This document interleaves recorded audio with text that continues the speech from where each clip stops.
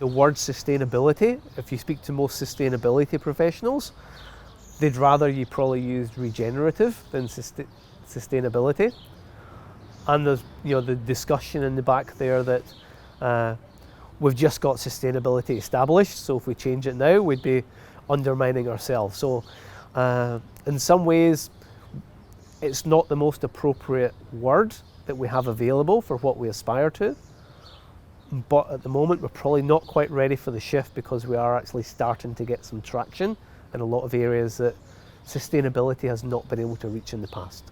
Yeah, so in some ways, keeping sustainability as the terminology is, let's just suck it up for a little while longer. Yeah, some of the concepts in sustainability mean different things from different worldviews. So I think there's quite a strong case that if you're trying to impose too much of a definition, then it can become a form of colonization, yeah, and have quite negative effects.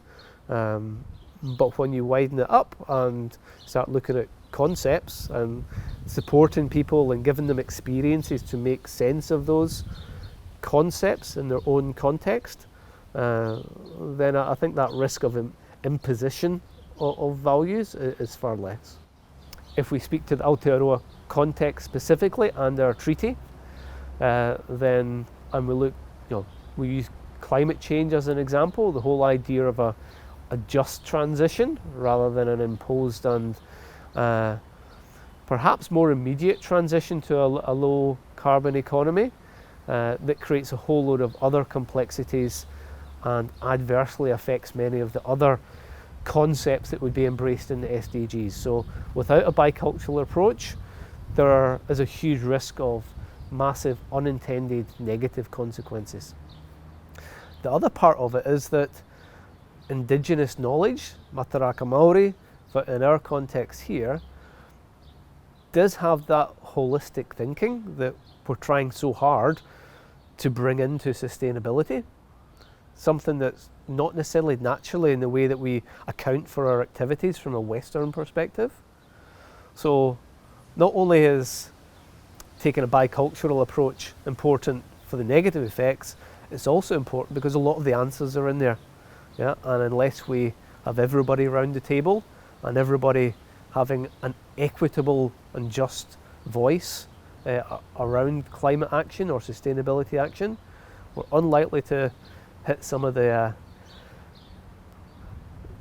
necessary targets and the reductions in our emissions and progress towards other targets that we really need to make if we want to have a secure future. There's always a call to say, can you give us a definition of sustainability? And it's always one that I resist. And whenever anybody's cornered into giving the definition, they normally narrow it down. And if we look at the United Nations Sustainable Development Goals and the breadth of considerations in there, to me it's down to individuals or groups to think about those 17 goals, and it's what are the goals that resonate with them, and even perhaps stepping away from calling them goals and just looking at them as sustainability concepts that go way beyond the 2030 deadline for those UN goals.